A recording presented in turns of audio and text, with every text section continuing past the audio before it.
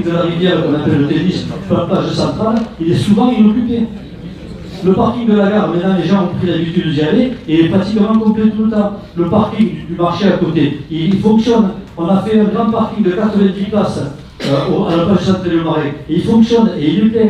Le parking de la plage des Aisnes, et il fonctionne, et il est plein. Donc le sujet, c'est pas qu'on manque de parking, c'est qu'il faut qu'on les flèche davantage, qu'on mette peut-être une navette supplémentaire l'été, de manière à faire un turnover par rapport à notre ville, et on se rend compte que, je prends les clients du camping, nos amis qui viennent au camping, il y a 350 places au camping, c'est ça à peu près. Ça fait environ 600 700 personnes qui sont là. Et beaucoup de ces personnes descendent beaucoup à la plage.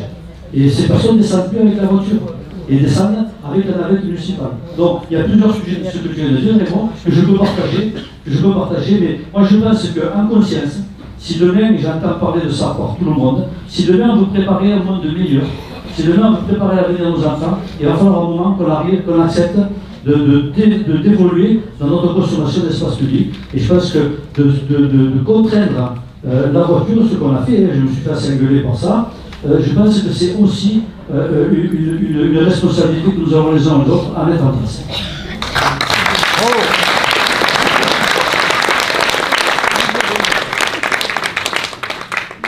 Bonjour, Romain du Yacht Club de Bagneux, je suis directeur.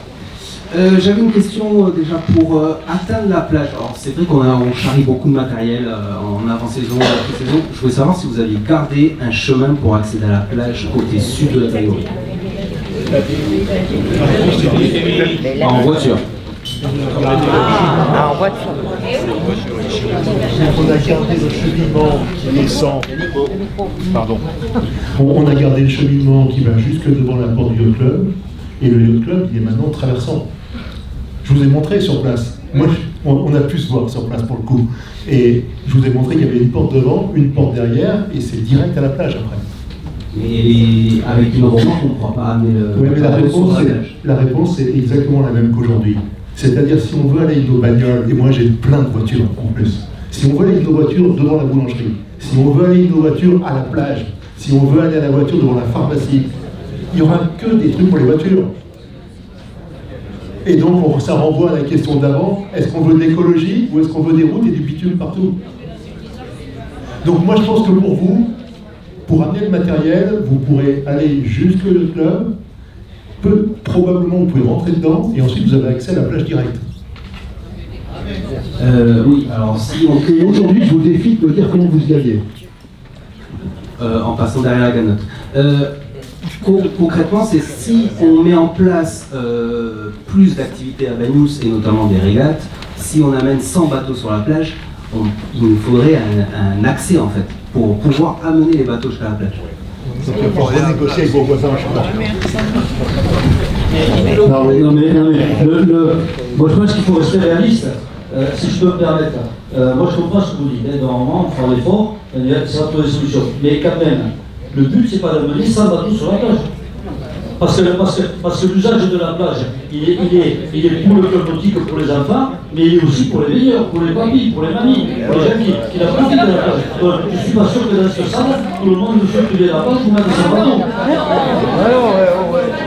Excusez-moi, vous n'avez pas compris, c'est des compétitions qui pourraient durer au maximum une semaine. Vous parlez des riveurs, par exemple. Oui, en partie. Donc le jour où il y a une grande compétition des riveurs, ça veut dire qu'on rentre sur la grande plage. On ne va pas les mettre 100 bateaux derrière les boules. Donc ce jour-là, on rentre sur la grande plage qui est accessible puisqu'on y va aujourd'hui avec des véhicules. Je me trompe? Sauf si la maillerie est... Non, aujourd'hui, on peut aller sur la plage principale depuis la route. Ce matin, on y a encore des véhicules qui installent des... Et après, il y a le port. Les chalets de Noël d'un côté, et de l'autre côté, il y a le port. Donc si vraiment on veut faire une opération particulière, c'est accessible pour vous. J'aurais juste excusez-moi, une deuxième question. C'est, on n'a pas la date de rendu de la phase 7. Alors, on nous a dit gentiment de fermer le club cette année. Il n'y a pas de souci, il faut que les travaux se fassent, il n'y a pas de problème. On a dû fermer notre activité à l'année, sachant qu'on était ouvert depuis 2016 et qu'on avait des enfants qui naviguaient toute l'année. On aimerait au moins recommencer l'activité avec les enfants de Banyuls, parce que c'est quand même normal que les enfants de Banyuls fassent de la voile, c'est le 15 mai. Voilà. Est-ce que la phase 7 sera faite? Il me semble que oui, je ne veux pas être affirmatif, mais c'est celui que j'ai retenu. Mais je peux vous dire que je l'ai poussé. Parce que pour moi, le grand sujet, c'est le délai. Je le dis à toute transparence. Ce qui me fait le plus rappeler, ce n'est pas le projet, parce que le projet, j'y crois, et je pense que ça sera un très très beau projet. Et je reviens sur les restaurants. Actuellement, quand vous êtes dans un petit restaurant, vous mangez entre deux voitures, et vous voyez que des capots et que des pots d'échappement.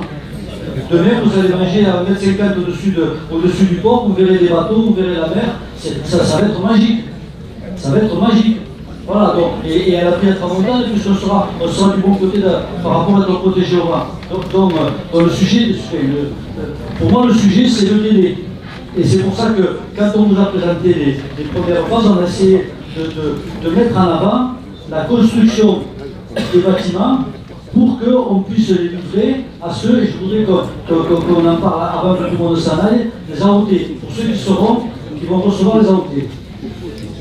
Donc, après... Oui, alors concernant la phase 7, qui est ici, en ce qui concerne les travaux, courant mars, avril, ça sera livré, mais il y a tous les aménagements intérieurs qui seront encore à réaliser.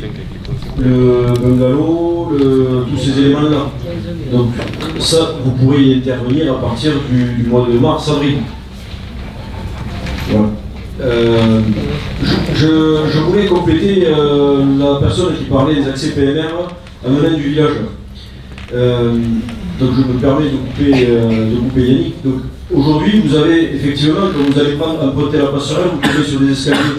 Vous avez le trottoir actuel qui fait 2,20 m de large, qui lui est PMR, et donc vous allez pouvoir, en contournant la zone avec les palmiers, les beaux palmiers qui sont conservés, vous allez pouvoir accéder sur cette rampe qui fait 5% et cheminer tout le long, donc phase 1, phase 2, phase 3, aller jusqu'au bout, redescendre derrière le club de plongée, remonter sur toute la zone et faire le tour sur le long de la phase 2. Tout ça sont avec des pentes PNR accessibles. Ensuite, pour accéder au restaurant, depuis le carrefour là, vous avez accès à toute la terrasse longitudinale, donc elle va être à plat. Donc comme le disait monsieur le maire, depuis cette terrasse, vous allez surplomber le port. Et de par l'arrière, donc la phase 6, en fait c'est un cheminement continu de ce carrefour là, aujourd'hui à la Sardane, jusqu'au club de plongée. Et de par l'arrière, vous allez pouvoir accéder à chaque bâtiment par des rampes PNR. Donc le fauteuil roulant ou la personne à mobilité réduite va pouvoir accéder sur tout l'ensemble de l'aménagement global, complet, partout. Bien sûr, l'escalier ne sera pas accessible, sauf, mis à part, il y aura les bandes pododactyles et les aménagements pour les personnes malvoyantes. Ça, c'était pour revenir là-dessus. Et concernant le club, il n'y a pas de problème. Bon, moi, attendez un instant. J'ai deux sujets que je voudrais qu'on aborde avant que les impatients du repas se lèvent, et je comprends qu'on a un peu fait. Mais j'aimerais qu'on aborde l'aspect juridique. Tu me dis qu'il y a deux questions, les deux dernières, mais après, je voudrais que nos avocats et monsieur qui a fait le voyage depuis... La Ciotat.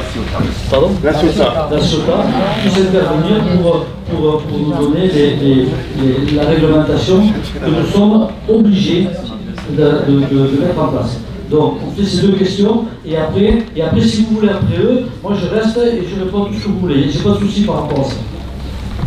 Bonjour Jean-Bernard. Non, c'est pas une question. J'ai dit maintenant que j'ai vu comment on a parlé de la rivière. Je passais, je regardais pas les voitures. Maintenant, quand je passe à la rivière, on a gagné des canards. C'est super beau. Je vois les gens s'arrêter et ils voient les canards. Moi-même, d'ailleurs, je suis descendu un peu en bas avec mon petit-fils et il a jeté des morceaux de pain pour les canards. C'est un petit truc, oui. Et avant, dans la rivière, ben, on ramassait des canettes, des morceaux de plastique, des cendriers vidés par les voitures. Et moi, c'est mieux les canards. C'est tout. Merci.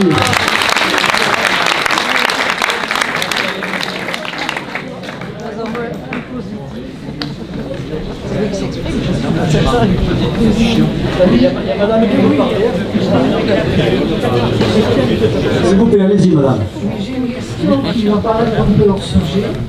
Je voudrais savoir s'il est prévu de supprimer ces espèces de sculptures qui sont en fait des ferrailles et qui pour moi sont une insulte au village de Mayol.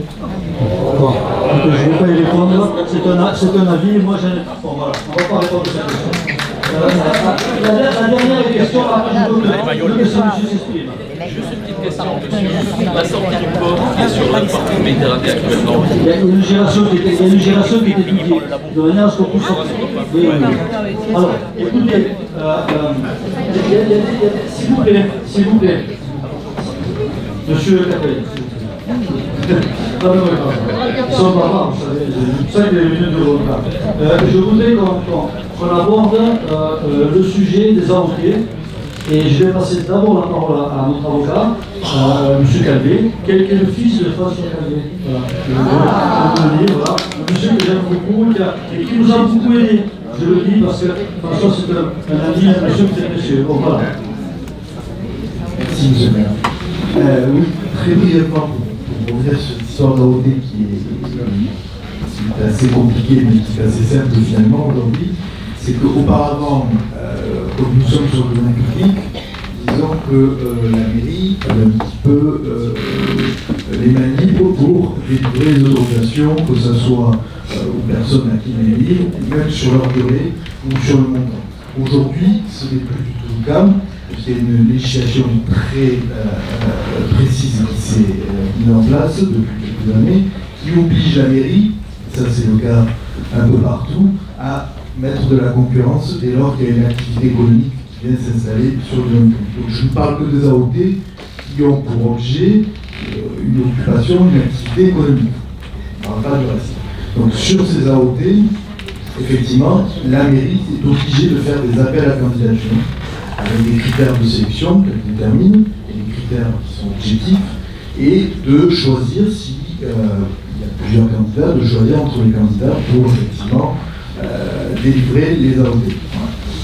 Ça, c'est effectivement une législation qui malheureusement est impérative, et quand bien même monsieur le maire ne voudrait pas la respecter, la préfecture serait là pour lui rappeler, puisqu'il y a là-dessus un regard assez sévère, malheureusement, même si la législation a été respectée ces dernières années sur le territoire de manière générale, aujourd'hui elle est très regardée. Donc ça, c'est effectivement ce que devra mettre en place la mairie pour délivrer ces AOT. Pareil pour le montant de la redevance, il lui appartiendra de déterminer, mais d'ores et déjà, il faut savoir que ce sont tous les avantages procurés par l'occupation qui doivent être pris en compte. Donc, d'une manière générale, il y a une part fixe et il y a une part variable qui dépend effectivement de l'activité. Ça permet à la commune effectivement de varier le montant de loyer selon l'activité. Si l'activité est bonne, tant mieux pour la commune. Si l'activité est moins bonne, le loyer sera, la redevance en tout cas sera. Donc c'est quelques précisions. En dehors de ça, il n'y a pas d'autres éléments, sauf s'il y a des questions. Oui. Peut-être s'il y a des questions, oui. On relance les questions parce que.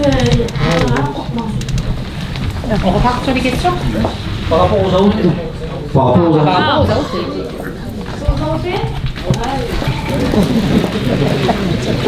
Clémentine, tu fais du sport, donc ça te fait du bien.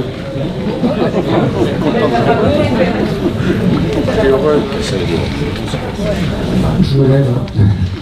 Bonjour, merci beaucoup pour cette présentation. Il y a beaucoup de choses intéressantes qu'on dit et des bonnes choses. Sur l'AOT, je voulais parler des critères de sélection. Effectivement, il y a un cahier des charges qui va être défini, qui est déjà défini. Est-ce que vous pourriez donner des précisions à ce sujet? Parce qu'il y a quand même une marge, il faut mettre en concurrence, mais une collectivité a beaucoup de marge de manœuvre en ce qui concerne les critères et la pondération que vous avez donnée à chaque critère pour la sélection du titulaire de l'OAT. Alors, il y a, pour être clair, il y a des critères financiers, qui peut être prépondérant ou pas. On peut lui donner par exemple une pondération de 40%, on peut lui donner une pondération de 60%. Donc ça, c'est un choix politique. Est-ce que il y a d'autres critères? Il y a le critère environnemental également. Est-ce que le restaurant va privilégier les circuits courts, par exemple? Est-ce qu'il va privilégier les producteurs locaux? Il peut y avoir un volet emploi. Enfin, il y a différents critères qui existent. Donc, est-ce que, et une pondération derrière dans la grille d'analyse que vous allez faire des offres. Donc, est-ce que vous pourriez donner des précisions? Parce que tout ça a quand même des conséquences importantes. Si vous privilégiez le volet financier, par exemple, vous donnez une pondération de 60%, 70%, vous risquez de privilégier des entrepreneurs qui veulent faire de l'argent. Personne ne critique le fait de vouloir faire de l'argent. Mais derrière, il y a le prix des consommations, il y a le prix des plats. Or, aujourd'hui, une des raisons pour lesquelles vont les gens sur l'espace méditerranéen, c'est qu'on peut manger et boire à un prix raisonnable. Donc c'est pour ça que je pose toutes ces questions. Est-ce que vous pourriez nous donner des précisions sur le cahier des charges, les différents critères qui ont été retenus et qui vont être retenus, et sur les pondérations que vous avez données à ces critères? Alors, je vais laisser répondre monsieur, qui va être bien plus précis que moi. Moi, je vais vous donner l'état d'esprit. Voilà. Dans l'état d'esprit de la ville, on ne fait pas des AOT pour faire de l'argent. C'est pas notre but principal. C'est un but. Parce qu'il ne faut pas non plus qu'un sous-loyer permette une concurrence déloyale où ce n'est pas à l'argent public, aux impôts des uns et des autres, d'amoindrir le prix du sandwich. Donc, il y aura les deux qui seront pris en compte. Voilà. Par contre, ce qu'on va beaucoup privilégier dans le cahier des charges, monsieur en parlera, c'est l'aspect environnemental. Et vous avez compris que sans être muni d'une carte de parti écologique, j'ai une attention particulière pour l'environnement à Rennes-sur-Mer. Donc ça sera des critères qui sont importants. Il n'y a pas que ça. Il y a aussi les critères de l'emploi local. Donc, critères d'emploi local, critères écolo, critères total de critères qui nous permettront. Moi, je laisserai monsieur en parler parce que ce que disait notre ami monsieur Caldet, c'est que c'est très regardé, très entouré. Et que suivant ce que je veux dire, ou je pourrais dire, en toute naïveté, ça peut être se retourner contre la commune et faire annuler la procédure. Donc la procédure elle doit être équitable pour les personnes qui vont candidater. Voilà. Donc il n'y a pas de favoritisme par rapport à ça, je le dis parce que maintenant tout est au contraire par rapport à ça, mais on aime beaucoup à Manioux dire des fois tout est au contraire, c'est comme en équipe de France, il y a ce contenu de sélectionneurs et on fait toujours mieux que les autres. Mais la vérité, c'est que ces AOT sont très encadrés. Moi je ne tiens pas à me mettre en irrégularité avec la loi et on respectera la totalité de la loi et sans faillir là-dessus. Donc je vais vous passer la parole pour vous expliquer un petit peu. Je vous remercie. Donc moi je serai là aussi pour répondre à vos questions sur ce sujet-là. Simplement pour vous rappeler, comme l'a très bien fait mes prédécesseurs, que c'est une loi qui est impérative, qui existe depuis 2017. Donc finalement l'obligation de mise en concurrence a été retardée pour être coordonnée avec ce projet d'aménagement, parce qu'il aurait été quand même dommage de mettre en concurrence des commerçants qui finalement se retrouvent bouleversés dans leur activité avec le projet d'aménagement. Donc de ce côté-là, il faut saluer la volonté de la mairie de tenir bon pour optimiser les procédures et le réaménagement. Pour ce qui est des critères, effectivement, monsieur l'a très bien souligné, il y a une grande marge de manœuvre et de liberté de la part de l'autorité gestionnaire, que ce soit la ville de Banous, que ce soit le département ou à la SOTA, le gestionnaire du port, peu importe, qui va effectivement sélectionner un certain nombre de critères. Pourquoi? Pour obtenir la meilleure utilisation du domaine. La meilleure utilisation du domaine, ce n'est pas du tout le maximum d'argent, c'est pas du tout ça le discours. C'est possible. C'est d'avoir la meilleure animation, d'avoir le meilleur critère environnemental, d'avoir une redevance qui soit satisfaisante et pas attaquable. c'est d'avoir de l'emploi local. Et on a beaucoup travaillé avec la mairie pour à chaque fois, dans ce cadre rigoureux qui est la domanialité publique, trouver les critères qui vont correspondre à l'identité de Banyuls. Voilà. Donc il y aura des critères sur le terroir, il y aura des critères sur les emplois locaux, et évidemment, il faut aussi qu'on arrive à satisfaire les exigences de la loi, c'est-à-dire qu'il faut que le candidat, il ne suffira pas qu'il soit d'ici pour être sélectionné, hein, on ne va pas se mentir, il faudra qu'il montre des garanties techniques et professionnelles qui soient satisfaisantes, à tout le moins adaptées, mais ça vous permet aussi d'écarter des concurrents qui ne sont absolument pas crédibles, qui vont d'ailleurs. Mais donc on a les garanties techniques et professionnelles, on a le fait de pouvoir être financièrement solvable et pouvoir être en capacité de payer la redevance. On va avoir évidemment une petite pondération sur la redevance, comme vous l'indiquiez, parce que ça fait partie quand même des examens qui sont réalisés par la préfecture, auxquels j'ajouterai la Cour régionale des comptes. Nous, en ce moment, la SOTA, nous sommes plutôt audités, et je vous garantis qu'ils regardent beaucoup ce genre de choses. Voilà. Donc il faut être aussi vigilant. Et ensuite, nous aurons les critères environnementaux, bien entendu. Nous aurons, par exemple, la capacité d'ouvrir et de favoriser les produits du terroir et d'ouvrir tout le long de l'année. Parce que ce qui compte, c'est l'animation portuaire. Ce n'est pas forcément une entreprise qui va faire beaucoup d'argent sur 3 mois. Ce qui compte, c'est aussi une entreprise qui soit ouverte, pas toute l'année, parce qu'évidemment, il y a des plans qui sont plus causes, mais qui soit en capacité d'ouvrir rapidement quand le climat le permet, et qui soit en capacité de faire travailler les gens qui sont aux alentours. Voilà. À partir de là, moi, je reste à votre disposition pour répondre à vos questions. Simplement, pour ajouter encore un petit quelque chose, c'est que les cellules, sur chaque cellule a été déterminée une activité, qu'on appelle en droit une destination.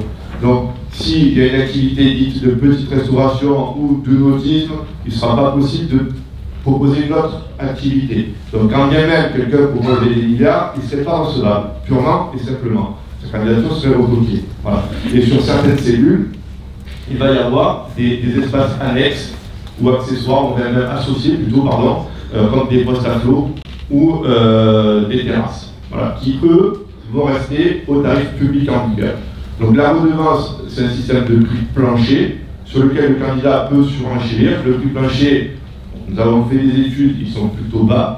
Moi, par rapport à ce que je peux voir là, c'est quelque chose que je travaille beaucoup, je travaille pas uniquement avec le Banyuls. Voilà. À partir de là, c'est à la concurrence de s'exprimer. Malgré tout, il ne suffira pas d'avoir quelqu'un qui propose des millions pour être sélectionné, parce que ce n'est qu'une petite partie des points à récupérer. Okay. Donc, la concurrence, elle est orientée vers quand même l'image du territoire, vers le caractère local, vers l'emploi local, et c'est quelque chose qui a été une commande forte de la part de la municipalité. Quelle pondération alors pour le volet financier? Pour l'instant, l'appel à projet sera publié à la fin de la semaine, donc je pense qu'il est préférable de ne pas dévoiler cette information ici maintenant. Pour des raisons d'impartialité, hein. Mais on est dans quelque chose de très raisonnable. Si j'ai bien compris, si je résume bien, les gens, ça fait 10 ans, 20 ans, 30 ans qu'ils ont travaillé pour leur commerce, il se peut qu'avec les AOT, ils ne retrouvent pas leur commerce et leurs emplois. C'est bien ça. Alors, théoriquement, dans l'absolu, oui, mais je vais vous préciser quelque chose, c'est quelque chose qui existe en France depuis 1566, l'édit du Moulin. Donc, les élus sont garants quand même de la légalité. Il ne serait pas légal de faire autrement. Si vous voulez proposer quelque chose, monsieur, ça ne sera pas légal. Donc, est-ce qu'on reste dans un système d'illégalité ou est-ce qu'on met en place une procédure qui va faire en sorte d'avoir une image de terroir, du local, de l'emploi local, parce qu'on a tiré à fond tous les petits engrenages, les petites manivelles pour que ça reste dans la légalité. C'est quand même le premier prérequis. Hein. Et en même temps qu'on ait une image locale, une identité forte. Mais ce qu'on appelle le domaine public, ce qui caractérise le domaine public, c'est qu'il n'appartient à personne. Et ce qu'on appelle, vous connaissez peut-être l'imprescriptibilité, c'est le fait qu'on n'a aucun droit sur le domaine public, quelle que soit la durée de votre occupation. Voilà. On n'a pas plus de droits que le prédécesseur, parce que le domaine public, avant tout, il appartient à tout le monde. Il ne va pas appartenir à celui qui est resté le plus longtemps. Donc, c'est parfois un peu sévère, mais encore une fois, je pense que les gens qui sont des professionnels, des bons professionnels, qui savent se préparer, il n'y a aucune raison qu'ils soient moins bons que les autres. Oui, pour continuer. L'espace est occupé, n'est pas occupé uniquement par des personnes qui font à manger pour les autres. Il y a aussi, on a parlé d'activités économiques, hein, ça s'adresse à toutes les activités économiques. Donc il y a 2 stands de vin et surtout il y a le yacht club là. Je veux dire, le yacht club c'est une entité économique. Hein. Est-ce que c'est considéré comme une entité économique au même titre que les clubs de plongée? Alors à ce stade, moi je peux vous dire qu'il y a 2 lots qui correspondent à des activités de vente de vin du terroir. Ça oui. Par contre, l'activité de yacht club, je pense que c'est une association à but non lucratif de l'Office 101 qui n'a pas une activité économique particulière. Donc il n'y a pas de raison de le mettre en concurrence a priori. Et juste une question supplémentaire, un bâtiment qui est construit sur le domaine public au bout du port, est-ce qu'il peut être attribué directement comme ça par un bail amphithéotique à une entreprise ou est-ce qu'il doit faire partie d'une AOT?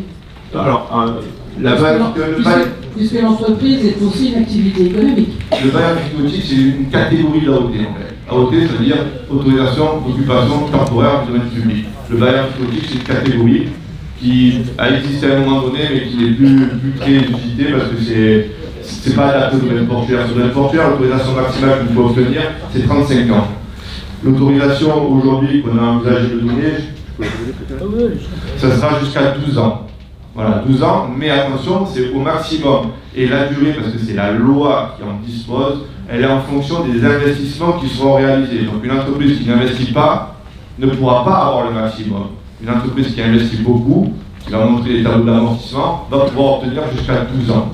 Mais pour en revenir à votre question, c'est juste le caractère d'activité commerciale qui va déclencher la mise en concurrence. Après, l'outil, ce sera une AOT, c'est plus la question en fait. La question c'est, est-ce qu'on est sur du domaine public? Oui. Est-ce que c'est une activité commerciale? Oui. Donc il faut mettre en concurrence. Ça c'est la loi. C'est la loi. Je vais compléter parce que je sens que c'est une question qui n'est pas complètement expliquée. Alors je vais l'expliquer. Parce que moi j'aime bien dire les choses et on est entendu. J'ai que des amis dans cette salle, donc je vais essayer de vous expliquer un petit peu les choses. On me parle des locaux que nous sommes en train de construire sous le laboratoire Arago. Ah, soyez bien, je vous explique les choses, c'est clair, tout le monde a entendu, et comme ça a été déjà soulevé au conseil municipal. Je vais faire la même réponse. Nous avons une entreprise qui s'appelle Plastic-C. Leïla Mestersen, avec le nom imprononçable, mais très intéressante. C'est une personne qui est une scientifique, qui a une start-up qu'elle a montée, ils étaient 2 au départ. Elle a été incubée au laboratoire Arago. Et cette start-up, elle a beaucoup de succès, puisqu'elle travaille sur la prolifération, la non-prolifération des plastiques. En tout cas, elle étudie les plastiques et leur développement, comment ils se désagrègent, comment ils se décomposent, quelle est leur vie, comment ils vivent sur notre planète et qu'est-ce qu'ils peuvent faire. Et cette entreprise, elle est très performante parce cette scientifique, elle est absolument très très compétente. Ils sont 17. Ils étaient 2, ils sont 17. Je crois qu'ils sont 22 maintenant. Ils sont dans les locaux du laboratoire Arago sur lesquels ils ne peuvent pas rester. Parce que le laboratoire Arago n'a pas vocation à être monté d'entreprise.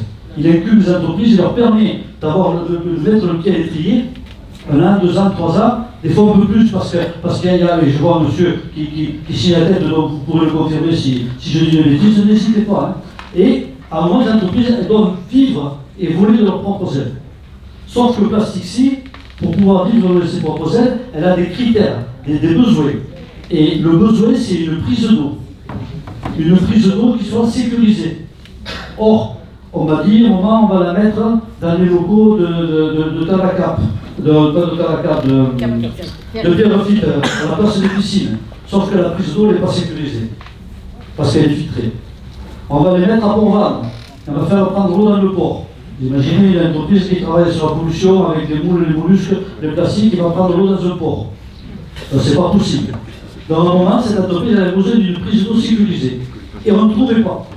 Donc moi, je ne me suis pas levé un matin en disant, je vais installer, je vais faire des locaux sur le port pour Leïla, que je connais, avec qui j'ai de sympathie, mais bon, c'est pas une amie, c'est quelqu'un que je respecte beaucoup.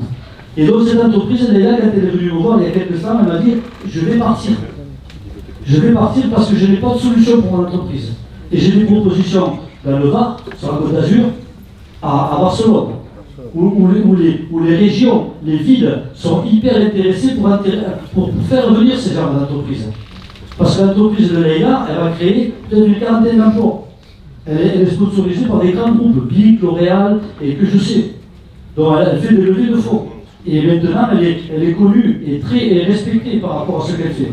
Et nous travaillons actuellement avec la communauté des communes pour créer une nouvelle entreprise à Martissol, sur lequel on pense pouvoir installer à peu près 2000 mètres carrés de locaux destinés à la croissance bleue, à la recherche, à toutes ces entreprises qui travaillent sur la croissance bleue, prolifération des plastiques, protection de l'environnement, etc., etc. Mais en attendant, elle ne peut pas attendre. Enfin, en attendant, elle ne peut pas rester comme ça. Parce que le laboratoire Agro a besoin de ces locaux. Donc elle devait partir. Et donc finalement, on devait construire, mais je dis toute la vérité, on devait construire des locaux pour les plongeurs. Parce qu'à un moment, on s'était dit, on a un conflit d'usage sur le port, et on a des plongeurs qui sont au milieu des quais, et les plaisanciers me disent, chaque fois que je vais aller au bateau, il faut que je saute par-dessus les bouteilles, et il y en a un qui se met tout nu, l'autre qui se lave, etc., etc. Et donc on avait dit, on a déposé un permis pour construire des locaux pour les plongeurs à cet endroit. Sauf que quand j'ai rencontré Léla et que les plongeurs ils étaient à moitié contents d'aller là-bas, ben j'ai dit, je vais te donner les locaux. Et ces locaux, ils ont été subventionnés par l'État et par la région. Et la région et l'État a continué à maintenir sa subvention parce qu'on installait Plastic. Donc on est sur une entreprise, certes, et on essaie de me faire dire que je favorise les uns et les autres, certes commerciale, mais on est sur une entreprise que je considère d'utilité publique. Parce que la protection de l'environnement, la protection des mers, c'est un devoir. Et que si demain on peut créer un cluster d'entreprise sur la croissance bleue, on peut développer 40 voire 50 emplois sur l'environnement sur mer, c'est un fer au feu qu'on a de plus. La viticulture, vous savez, et moi je suis bien placé pour vous en parler, c'est compliqué en ce moment. Clémentine pourrait le confirmer. Le tourisme, c'est bien, formidable. Et il fait de plus en plus chaud, peut-être on pourra se lever toute l'année, mais en attendant, c'est très saisonnier. On a perdu nos établissements de santé, on est en train de travailler avec le centre Léo Marais pour installer des zones de retraite et pour continuer à maintenir de l'emploi sur la durée du c'est 200 000 emplois, mais on ne pouvait pas en conscience dire allez là, allons, non, on ne croit pas, va voir ailleurs. Donc pas du tout. Donc moi je revendique et j'assume de fait d'installer ce Plastic dans les locaux du port pour qu'on puisse créer l'activité, pour qu'on puisse créer de l'emploi. Et j'ai la prétention de pouvoir faire de Banyuls une ville universitaire. Parce que ça sera, comment on appelle ça, un campus d'université, sans pour l'université. Et derrière, ça amènera de la notoriété, de la recherche et de l'emploi. Après, si tout dans la salle se lève et me dit qu'il ne faut pas le faire, dites-moi je ne le ferai pas. Mais moi, je pense que j'ai raison. Et je pense que j'en suis certain. Ouais.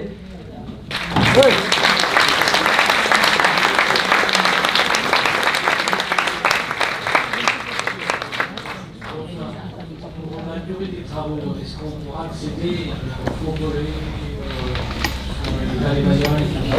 et ça sera pas tard pour les écoute, bien sûr que oui. Moi je me rappelle quand on a fait le front de mer, et puis j'ai Sandrine qui est là, j'espérais être conseil municipal, elle avait voté un truc et elle favorisait beaucoup. Je me rappelle que c'est pour ça que je dis, pour moi, le plus compliqué c'est les délais. Et je rappelle que quand on a fait le front de mer, on a goudronné le front de mer le 4 juillet à 1h du matin. Et donc vous voyez c'est compliqué. Les entreprises sont là, je peux vous dire que je vais m'occuper d'eux. Mais à un moment, je m'occupe d'eux, je leur fous la pression. Donc l'accès ne sera pas évident. L'accès sera comme celui que tu as eu sur le port, où tous les Banyuls sont venus, curieux, ont regardé, ont posé des questions, ont participé aux réunions de chantier. Tout est ouvert, tout est transparent. Il n'y a pas d'interdit. Après, bien sûr qu'il ne faut pas jouer à le chantier parce que vous mettez votre sécurité en jeu. Mais vous pouvez venir quand vous voulez, poser les questions que vous voulez. Les réunions de chantier sont ouvertes et on fera de la communication. Il n'y a rien à cacher. Oui. Je voulais vous poser des questions par rapport au commerce. Attendez.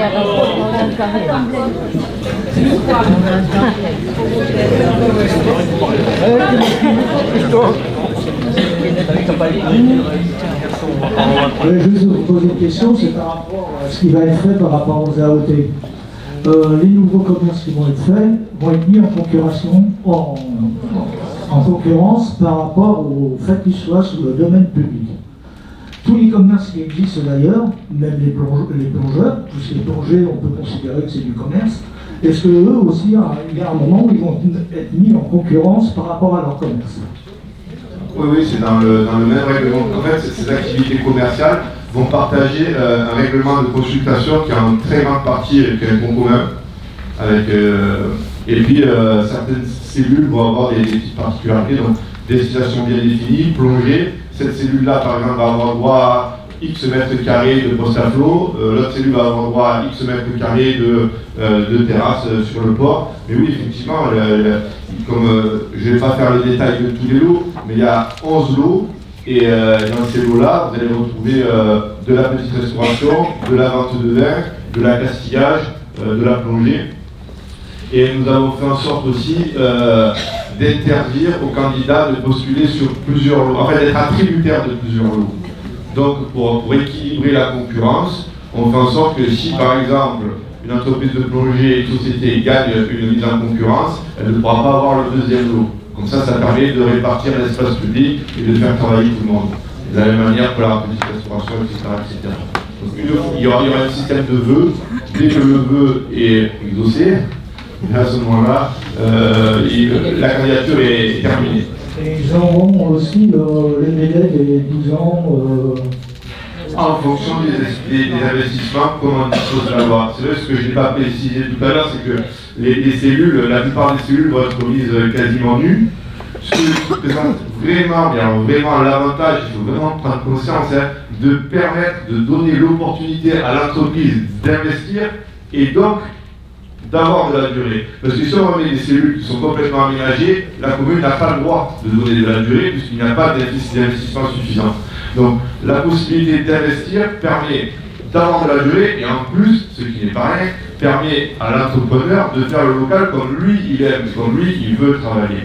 Alors il va y avoir des critères esthétiques, et vous savez comme il y a une charte des terrasses qu'il faudra respecter par exemple, et ce sera étudié et mis en concurrence. Donc l'avantage aussi d'imposer ces chartes, etc., vous allez dire oui, c'est de la technocratie, c'est un peu lourd, mais vous voyez, McDonald's, Burger King, etc., vont avoir du mal à rentrer dans l'aiguille quand même. Donc c'est pas rien, c'est une prise de position qui n'est pas anodine. Imposer une identité locale, c'est aussi favoriser l'identité locale.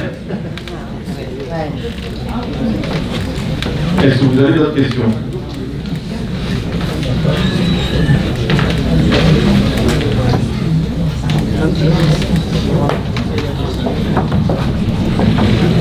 Bonsoir, Sandrine Puy. On a parlé des enfants, on a parlé de deux choses. On a parlé du jardin d'enfants et du manège. Quid du jeu de pêche au canard et de la barbe à papa, qui sont quand même, la pêche au canard est très attractive pour les enfants toute l'année. Et une deuxième question, si je peux, on va perdre les places de parking, 35 à 40, tu as dit tout à l'heure sur le parking Méditerranée, ça me gêne pas forcément, mais quid par exemple de toutes ces personnes qui travaillent chez nos artisans et qui mangent vite en une heure, qui le week-end vont dans les restaurants, mais dans la semaine essayent de manger vite. Vous avez parlé de petite restauration, c'est effectivement ce qu'il y a aujourd'hui sur le port. Voilà. Où pourront-ils se garer vite fait? Voilà, s'ils travaillent Roche Blanche, avant ils descendaient, ils commandaient leur sandwich, ils repartaient, ils garaient leur voiture. Il y aura quand même 35 à 40 places de moins. Est-ce que le fait de réaménager les places de parking le long de la nationale, puisque si j'ai bien lu, elles vont être réaménagées, est-ce qu'il y en aura un peu plus ou pas? Ou c'est vraiment 35 à 40 places de perdues? Merci. Alors, les places ne sont pas perdues. Elles seront déplacées. Je vous disais qu'il y a le parking de la place centrale qui sera accessible. Normalement, là où on a besoin de plus de place, c'est pendant les mois d'été. C'est pas là où travaillent le plus souvent les entreprises.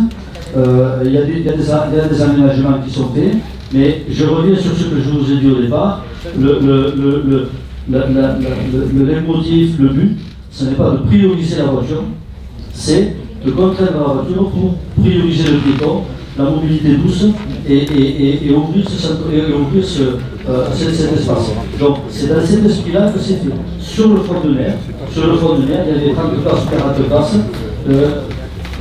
je vous invite à questionner nos amis cafetiers, restaurateurs qui sont sur le front de mer. Est-ce qu'ils travaillent au moins ici?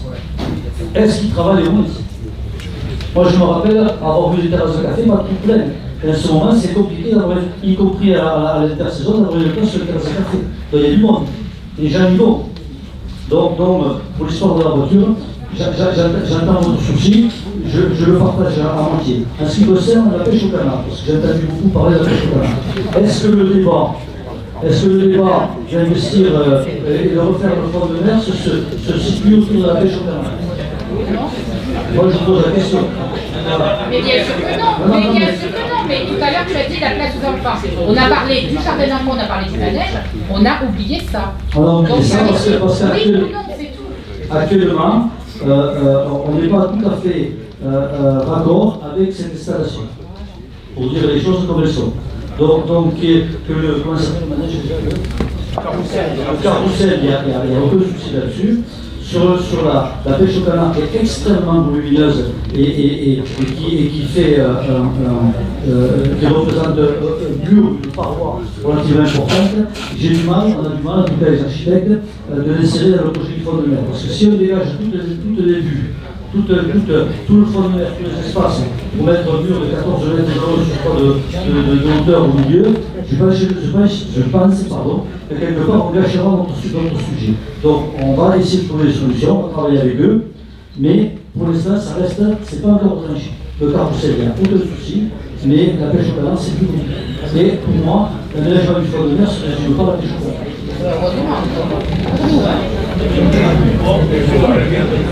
Combien ça coûte? L'aspect financier Bonsoir, moi j'aimerais rebondir sur le fait que depuis tout à l'heure on entend parler. S'il vous plaît, soyez gentil, on va écouter madame. Du front de mer, le front de mer, bon, c'est le plus beau paysage quand on est sur le front de mer. Moi, comme vous le savez, j'habite dans les écarts, comme vous le dites. Je pense que Banyuls aussi, c'est son arrière-pays. Et je reviendrai sur ce que vous venez de dire. Sur le front de mer, il n'y a aucun bistrot qui se sent plaint de ne pas pouvoir travailler. On ne parle pas que de bistrot, il y a quand même les commerçants. Et moi, cet été, vous m'avez dit, tu n'as qu'à te garer sur le parking et sur la route des Masses. Et pour venir faire tes courses à pied. S'il y a quelqu'un qui marche dans Banyuls, c'est bien moi, à pied, plus que vous, monsieur. Et vous m'avez dit ça c'est un jugement qui je tiens à vous dire. Non, moi je ne vous attaque pas personnellement. Commençons pas ça. Je ne vous attaque pas. Je dis simplement, je rebondis sur ce que vous venez de dire. Vous rebondissez pas, vous m'avez dit de regarder sur le parking de la route des Masses. J'ai 78 ans, je fais des courses à pied, à la plage, je fais des courses sur le marché de Banyuls. Et bien maintenant, monsieur, je vais faire mes courses dans les grandes surfaces. Ce qui fait que je ne vais plus dans Banyuls, puisque je me suis arrêté 5 minutes à la pharmacie, j'ai pris un PV. Et bien maintenant, qu'est-ce que vous voulez que je vous dise? Je vais ailleurs. C'est dommage pour les commerçants de Banyuls. Pas le sujet. C'est sympa. Mais en ce qui concerne les stationnements payants, puisque c'est le sujet, on va y venir, moi j'ai pas de tabou là-dessus. Les stationnements sont payants à Banyuls depuis 1984 ou 85. J'étais au conseil municipal et je les ai votés, je le dis en toute sincérité, à contre-cœur. Parce que moi aussi j'avais un commerce, j'avais la pergola, ceux qui s'en rappellent, et je me suis dit, bon sang, voter le stationnement, les gens vont venir en voiture chez moi. J'ai pas moins travaillé, j'ai continué à travailler, et on a, avec ma femme, on a été, je pense qu'on n'est pas considérés comme les feignants à Banyuls, et on a prospéré. Donc, le stationnement ne m'a pas empêché de travailler. Par contre, j'avais des gens qui venaient, des personnes très sympathiques, qui venaient, qui louaient pendant un mois, à l'époque on louait un mois, à la baillerie au-dessus du crédit agricole. Ils arrivaient, ils se saoulaient, on est là, on arrive, on est là. Ils descendaient les affaires, ils allaient à la location, la voiture, un mois devant l'hôtel. Un mois. Non, mais attendez, je suis fini, madame. Un mois. Ça veut dire que ça n'avait pas tourné leur voiture. Et ça veut dire que j'avais aucun client qui voulait venir chez moi, qui pouvait se garer. Quand on est arrivé en 2014, il y a 60 places à peu près dans l'avenue Général de Gaulle. Je ne porte pas de jugement sur mes prédécesseurs, mais ce n'était pas respecté, en tout cas ce n'était pas fait respecter. Ça veut dire que avenue Général de Gaulle, à partir de 10h du matin, on ne s'y garait pas parce qu'il n'y avait pas de place. On ne payait pas, mais on ne se garait pas. On se garait à double fil, Et les gens qui voulaient circuler sur le général de Gaulle, ils étaient en permanence dans des bouchons. Quand on est arrivé, avec mon équipe, pas tout seul, avec mon équipe, mais je peux le revendiquer aussi parce que je l'ai porté, on a fait simplement respecter la réglementation. Et on peut se garer à la rue générale de Gaulle. On a fait 8 places de stationnement zone bleue devant les commerces. On en a fait devant le tabac. On en a fait sur le point de vue. Partout où il y a eu des commerces, on a proposé une solution de stationnement gratuite pour que les gens puissent accéder au commerce. Et je vous rappelle que le stationnement payant actuellement, vous avez 20 minutes de gratuité. Vous avez 20 minutes de gratuité où vous pouvez vous garer. Donc ça ne vous empêche pas de faire vos courses.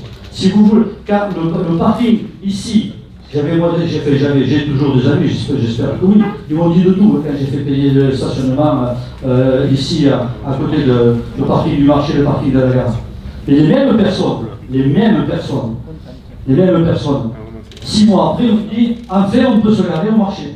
Parce qu'en dehors des jours de marché, vous avez des voitures qui sont là et qui restent une semaine. Et vous n'avez pas d'accès au stationnement. Donc à un moment, on a pris le parti et on le revendique sur une étude. Parce qu'on dit qu'on a décidé, non. On a fait une consultation, on a fait des ateliers dans l'Amérique révolutionnaire, il y avait à peu près 70 personnes qui avaient participé. On a mis en ligne un questionnaire sur Roteur, où les gens se sont exprimés, je crois qu'il y a eu une centaine ou 150 personnes qui se sont exprimées, et on a posé des questions par rapport à la perception des personnes par rapport au stationnement. Et toutes nous ont dit, moi quand je fais 17 réunions, parce qu'on oublie des chiffres, je fais chaque année 17 réunions de quartier. 17 réunions de quartier. Voilà. Donc je rencontre des gens. Et les 3 quarts me disent, les gens roulent trop vite, il y a trop de pollution, il y a trop de voitures dans mon quartier, etc. Après on parle des merdes de chiens, on parle tout un tas de trucs. Voilà. Mais la problématique de la voiture, on en parle dans tous les quartiers. Et quand je questionne les gens, je dis qu'est-ce que vous voulez? Qu'on traîne dans la voiture ou qu'on le disait, ou qu'il y ait plus de voitures dans la ville? Tout le monde m'a répondu, moins de voitures. Est-ce qu'on fait les parkings de proximité? Par rapport à la ville? Oui, il faut les faire. Qui les finance? Il y a pour combien d'euros quand même? Qui les finance? Est-ce que c'est l'utilisateur ou est-ce que c'est le pôle local? L'utilisateur. Et on a mis en place 40 € pour 6-7 mois de stationnement, ce qui représente environ 6 € par mois. La moitié du prix de paquet de cigarettes pour s'abonner. Et se garer pratiquement où on veut, gratuitement. Voilà. Alors, quand on me dit que je contrainte pour les gens, non. Sauf qu'on arrive à circuler, à se garer dans la rue. Voilà. Après, vous avez pris le PV, je le regrette. On a des enfants, il y a ma fille ici, elle en a pris 50. Ma femme, elle prend des PV. Et quand les gens se garent pas bien, ils prennent des PV. Mais si vous voulez, est-ce que vous êtes d'accord dans la salle que je dise, quand vous verrez cette dame, vous ne lui mettez pas un PV? Et donc, au moins, une réglementation s'applique, et elle s'applique à tout le monde. Oh.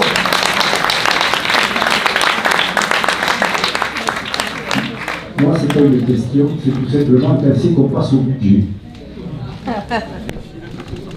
Alors, le budget.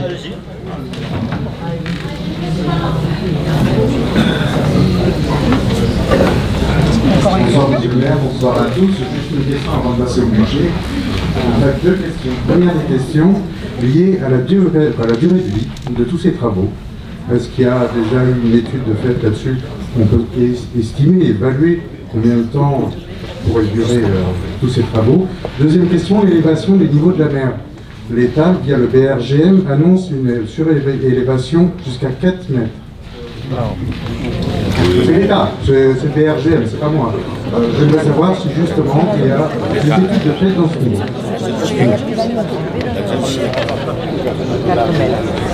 Donc, sur la question de la surélévation, aujourd'hui sur tout le golfe, on nous demande de nous mettre la cote 2,60 m par rapport au plan d'eau. Donc la mer c'est 0, votre quai c'est 1 mètre, et nous on nous demande de nous mettre à 2,60 m.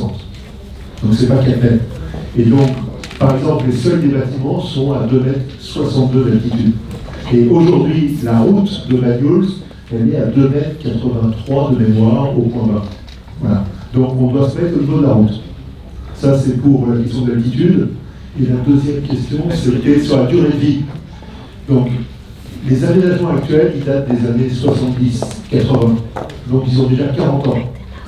Donc, on peut espérer que ceux-là, ils vont durer plus longtemps que 40 ans. Et la pierre qu'on met, par exemple, elle a plusieurs millénaires.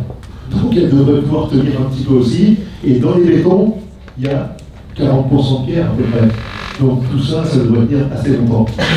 Par contre, c'est une question qui est intéressante parce que aujourd'hui, on nous parle tous d'écologie, d'économiser la ressource, etc. Et la vraie question, c'est combien de temps vont durer les ouvrages. Donc là, on a pris le parti pris de faire des ouvrages durables et pérennes. Sauf, je l'ai dit tout à l'heure, on essaye de faire des sols de toute la partie jardin en stabilisé, donc avec du sable qui est compacté, avec la nécessité de réparer de temps en temps, et ça va très bien. Voilà. Allez, passez au budget. Allez-y, gardez la main. Donc, combien coûte cette opération? Donc, l'opération, elle est constituée de deux budgets, on va dire, principaux. Il y a un budget pour les aménagements, c'est-à-dire les sols, les revêtements, le mobilier, l'éclairage, et il y a un budget pour les bâtiments. Donc, je vous ai mis en haut le coût complet. L'ensemble, ça fait quasiment 1 hectare. C'est 9876 mètres carrés de mémoire. Donc, j'ai dit, pour ceux qui veulent faire des calculs rapides, on s'est donné un budget de 3,2 millions pour faire l'ensemble. Et comme vous le voyez sur les chiffres en vert, pour les 10 000 mètres carrés d'aménagement, on est arrivé à 2,6 millions. Et pour ceux qui s'en souviennent, le front de mer, on l'a aménagé à 243 € du mètre carré. Et là, on arrive à un ratio moyen, donc 7 ans plus tard, de 260 € du mètre carré, c'est-à-dire 17 € de plus. Pour arriver à ce résultat-là, on a décomposé le marché, donc comme je l'ai dit tout à l'heure, je crois en 17 lots. On va refaire la même chose que ce qu'on avait fait il y a 6 ans. La ville va acheter elle-même les matériaux. J'ai vu dans la salle des entrepreneurs là, c'est-à-dire qu'ils ne pourront même pas faire de marge sur les fournitures de matériaux, puisque la ville va les acheter en direct, va gérer le stock et on les mettra à disposition. On a demandé à la ville, pour être économe ou intelligent, ou bon père de famille, de réemployer de démonter elle-même pour réemployer tout ce qui peut être réemployé. Et donc on a parlé beaucoup des jeux d'enfants, on va démonter tous les jeux d'enfants existants pour pouvoir les remettre potentiellement ailleurs dans Daniels. Donc non seulement on va faire une de jeux conséquente, mais on pourra aussi reposer les jeux déposés. On a demandé de déposer toutes les clôtures pour voir celles qui sont encore en bon état, les réutiliser, ainsi de suite. On a été jusqu'à déposer même certains éclairages, même s'ils sont plus qu'obsolètes, mais ils peuvent dépanner encore à certains endroits, ne serait-ce que pour faire des chantiers par exemple, pour faire de l'éclairage provisoire. Et donc sur le bâtiment, il y a, alors j'ai dit 200 mètres pour faire des comptes rapides, encore il ne faut pas prendre la photo, faire un screenshot et dire vous m'avez menti, c'est 776 mètres carrés de bâtiment. Donc pour faire un calcul rapide, on est à 600 000 €. Là-dedans, on a compté le bâtiment, en fait c'est 1,5 étage puisqu'il faut se relever du sol de 1,60 m. Donc c'est un peu plus que du mètre carré réel, on pourrait y passer des heures pour vous démontrer les choses, mais c'est plutôt assez bon marché parce que c'est des bâtiments de petite taille et qui ont beaucoup de façades par rapport à la surface. Voilà. Moi je vais rajouter donc, par rapport au budget, donc nous serons 30% du budget en subvention. Donc on a les informations. Je les ai eu encore cet après-midi, mais les élus ne le savent pas. Voilà, donc on devrait avoir autour de 300 000 € de la région, autour de 400 000 € de l'État et autour de 400 000 € de la communauté des communes. J'ai dit parce que je ferai des masses, des virgules, etc. Donc on aura un peu plus d'un million de subventions sur ce projet. Donc ce projet qui est convenablement subventionné, peut-être pour moins que les autres, mais je vais vous dire que le quoi qu'il en coûte, on le fait tous. Et que les subventions, ça peut moins à flot qu'il y a quelques années en arrière. Et croyez-moi que pour avoir ce genre de subvention, il faut s'accrocher, il faut se battre, il faut être présent, et il faut faire du lobby pour qu'on puisse être connu et reconnu par rapport à ça. Deuxième chose, c'est que la ville de Mont-sur-Mer a un très beau budget. Je rappelle que la dette s'éteint en 2 ans, 2 ans et demi, je suis le directeur. Comment 2 ans. 2 ans. Voilà. Donc on a largement la capacité de financer ce projet sans augmenter les impôts locaux et en continuant à faire progresser notre vie.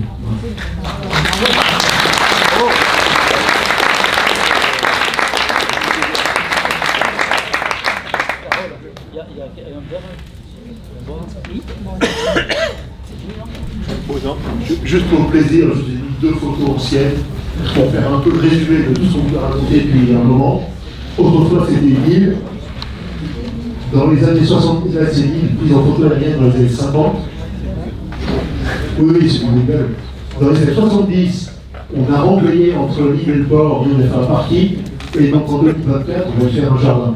Voilà, si vous devez essayer de résumer.